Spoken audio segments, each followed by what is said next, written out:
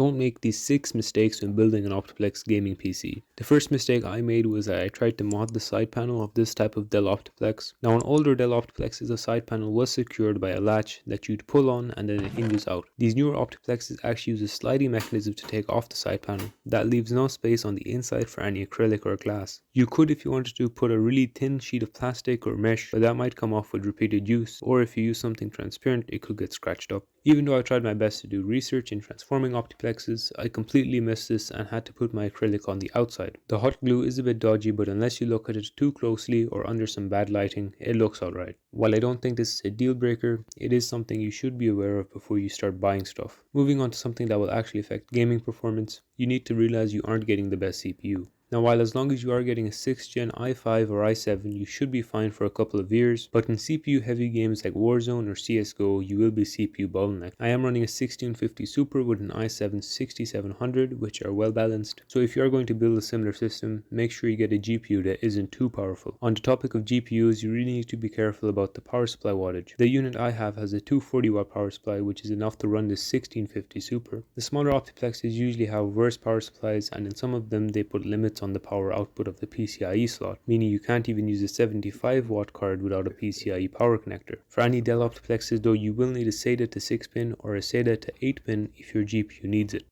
If you really do care about thermals, you will have to be careful with an Optiplex. My CPU is running in the 80s, which is not great and really the limit to how hot your CPU should be getting. In terms of getting a better cooler, your options will be limited because of the size restrictions, and if you want to put in an extra fan, you have 2 options. Either you power it through a SATA cable, which means the fans will always spin at the same speed, or you can do your research and use the fan header on the motherboard. You need to do some investigation though. If your fan header is not a 4 pin, you will need an adapter, and if it is 4 pin, you might need an adapter. I couldn't find anything too clear online, so do your research properly if you want to add another fan. But even if I wanted to add another fan, there's no nice place to put them. For this style of case, you will have to get rid of the original hard drive base, and even after that you need to figure out how to manage the wires. If you can figure all that out, the front vent is still pretty restricted and the top half is actually fake.